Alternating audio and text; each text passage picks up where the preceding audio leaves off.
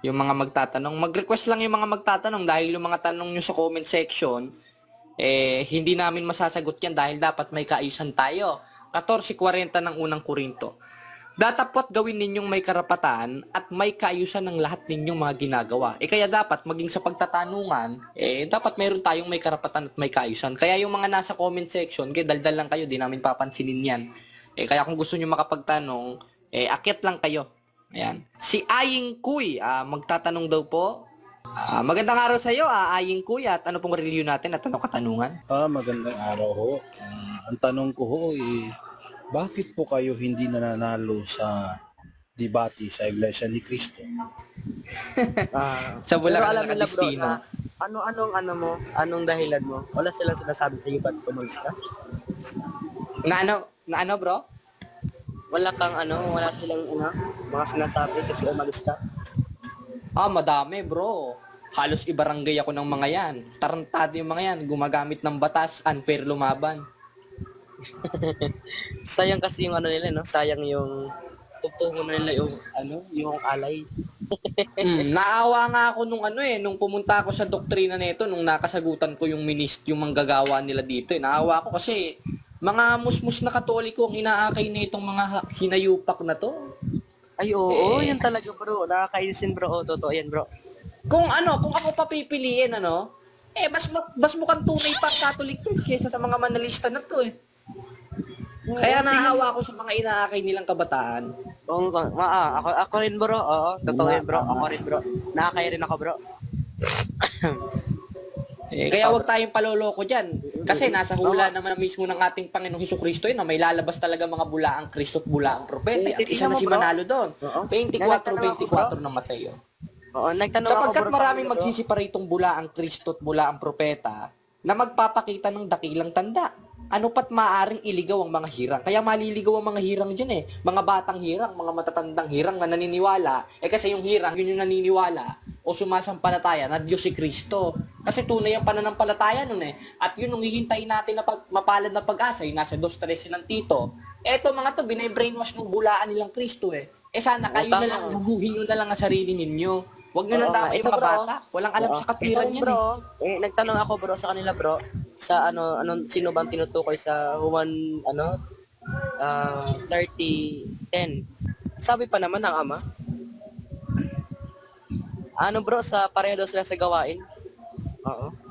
Gawain daw yung Oo. Gawain daw kaya gawain ng Diablo.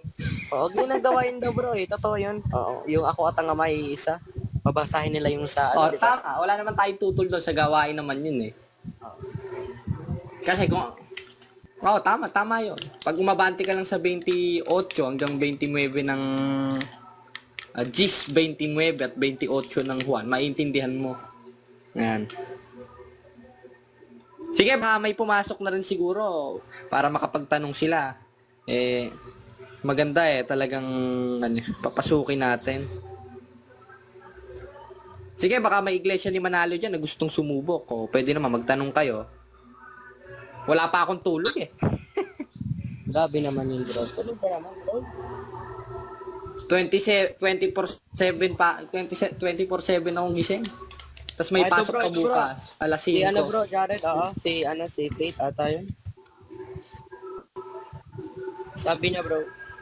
Pagbati ng pag-ibig, kapayapaan sa alagad ni Kabading. Kabading.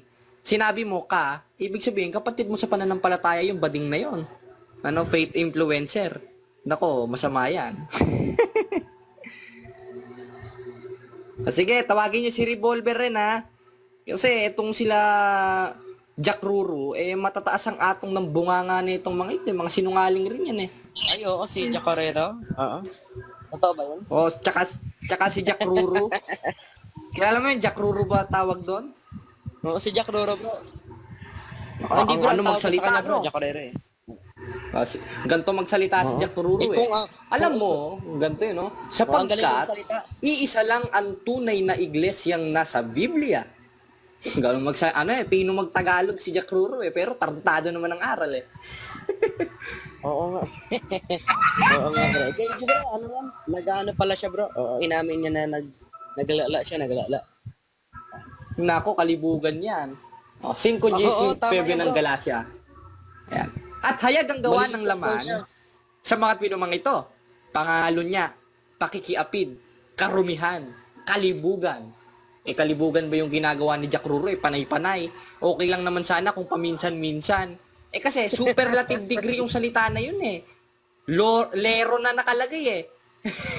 Jack, tapos lero na nakalagay eh. Ibig sabihin, inaaraw-araw niya na yun. Kalibugan na ang tawag doon. Ano mangyayari dyan sa mga malilibo? Sapagkat ang sino mang nagsisipagsanay ng ganitong mga bagay ay hindi magmamana ng kaharian ng Diyos. Kaya kung i-claim mo man, tunay kayong iglesia, kahit layo naman sa Biblia, hindi ka pa rin maliligtas. Bakit kalibugan ang pinaiiral mong hinayupak eh? at inaamin naman ni Jack Ruro yan. Hindi na ako magtataka, no? Dahil mismong sugo nila, ganun eh. Pwede ba natin ipakita sa screen? Pakita mo, bro. Sige. Dahil mismong sugo nila, ganun, di na ako magtataka. Kaya kung sinong puno, ganun rin ang ugali ng bunga. Kaya kung malibog ang puno, malibog rin ang bunga. At yan ang iglesia ni Manalo. Ayan. At ito ang namana ni Jack Ruro. Yan. Bombshell. Iglesia ni Cristo Head, Angel, or Sex Maniac. Uy, grabe. Sige, bro, Ayan. baba na ako, bro. Thank you. Thank you, bro. Sige Thank you, lang Kuya bro, Pa. salamat sa Diyos. Meron yatang magtatanong, maganda, paakyatin natin. Sige, paakyatin natin yung mga magtatanong. Mag-request lang yung mga magtatanong dahil yung mga tanong nyo sa comment section, hindi namin masasagot yan dahil dapat may kaayusan tayo. 14:40 ng unang Korinto. Datapot gawin ninyong may karapatan at may kaayusan ng lahat ninyong mga ginagawa. Kaya dapat maging sa pagtatanungan, dapat meron tayong may karapatan at may kaayusan. Kaya yung mga nasa comment section, daldal lang kayo, di namin papansinin yan. Kaya kung gusto nyo makapagtanong, akyat lang kayo. Ayan. Sige, tuloy tayo kapatid na Pepito sa ano natin. Sige, Ayan. nakita ko yan kasi naliligo ako eh. Makinig na ako. Nandiyan. Para hindi gaano mawala, para mawala yung antok ko. Ayan. Si Aying Kuy, magtatanong daw po, kapatid na Pepito. Sige. Magandang araw sa iyo, Aying Kuy, at ano pong review natin at ano katanungan? Magandang araw ho. Ang tanong ko ho bakit po kayo hindi nananalo sa debate sa Iglesia ni Cristo? Hindi naman, ano kasi kapatid hindi naman ako nag-claim na nanalo ako. Ang nagpapatotoong nanalo ko, yung mga judges, yung mga moderator. Katunayan, sumadya nga ako sa doktrina nyo dito Nagkasagutan kami ng ministro ninyo hindi naman kasi ko mandaraya. Ito, papakita ko sa inyo ang picture. Anong hindi nanalo? Tanungin mo ang mga moderator. Ito yung picture na pumunta ko sa doktrina ng Iglesia ni Manalo at nagkasagutan kami ng manggagawa. Pakinggan natin ang sagutan namin. Ang tanong ko ho, Sige. bakit ayaw mo pong magpadala ng sulat doon sa sentral upang Magsusulat pa sa sentral, pwede naman mag-usap. At eto ba't pupunta pa at susulat pa sa sentral? Pwede naman mag-usap kahit walang kasulatan. Mismong Panginoong Jesucristo nga natin, nakipagtulig sa mga gagong skrib at pariseo, hindi naman sumulat 23:15 ng Mateo. Saba ninyo, mga skrib at pariseo, mga paimbabaw, sapagkat inyong nililibot ang dagat at lupa upang makahanap ninyong mga kampi. At kung siya'y magkagayon, Ibig ay sabihin, ginagawa nyo pa siyang makaipa yung anak pa ng impyerno kaysa inyong sarili. Sumulat pa ba sa sentral ng mga Hudyo yan ating Panginoon Jesucristo nang nakapagdebate? So, Hindi na ibig kailangan sabihin, sumulat. Humarap kayo ng walang sulat. Malay nyo, venue nyo ang gaganapin, darating ang national debater ninyo. Siyempre, hakot ng mga miyembro yan. Kung mapahiya, panigurado naman ako, mapapahiya sa tunay na aral yan. Hampasin ko ng pamalong bakal na galing kay Kristo yan 2:27 ng Apokalipsis. Kundi paghaharian nila siya sa pamamagitan ng isang Ibig panghampas sabihin, na bakal na takot kayo. gaya ng pagkadurog sa sidlan. Ngayon, kung mapahiya, takot kayong halimbawa, 500 kayo kayo. makipagdebate sa 500 kayo, Bakit Eh, ayaw kung yung mapahiya sumula? ang ministro ninyo 500 tao kayo Tigi isa-isang kurot lang ako patay ako. Takot lang kayo. Kaya para walang usapan, iharap Takot. nyo ng walang sulat-sulat.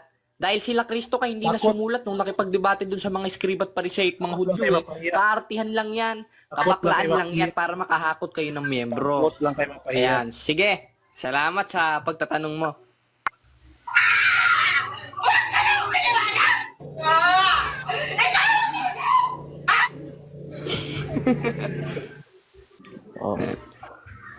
Gusto nyo pala ng sulat ba't pa ako susulat sa sentral? Nakapag-usap naman. Nag-usap nga kami ng manggagawa ninyo. Hindi nagsulat sa sentral. Nagkasagutan nga kami. Kaya gusto nyo kasi ng sulat para may venue, hakot nyo mga miyembro ninyo. Kaya kung sakaling mapahiya kayo, tigi isa-isang kurot lang ako, patay ako. Nako, alam ko na yan. Sa Pampanga pa lang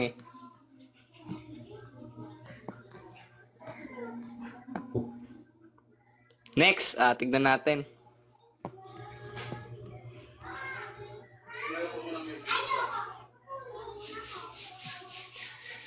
Andiyan ka pa ba, bro, Pepito?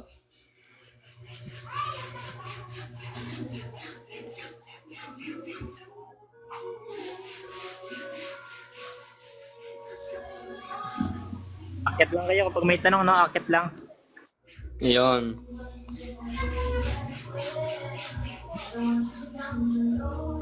Sige, akit lang.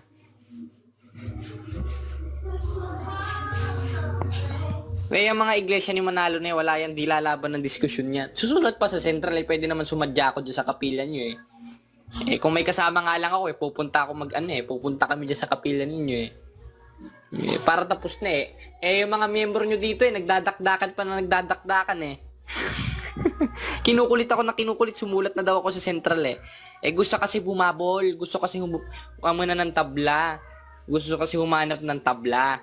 Dahil nahambalos ng tunay na aral yung ministro nila dito. Ikalawang Korinto 14 hanggang 5. Sapagkat ang sandata ng aming pakikilaban ay hindi laban sa laman, kundi sa harapan ng Diyos na siyang may kapangyarihang gumiba ng kuta at ng mga maling hakat bawat bagay na matayog na nagmamataas laban sa karunungan ng Diyos. At yan ang ating pakikibaka, hindi laban sa laman. Ito mga to nakikipagbaka, laman sa laman ng ginagawa nito ayoko lang magsalita at malalibel tayo. Marami kong dokumento dito.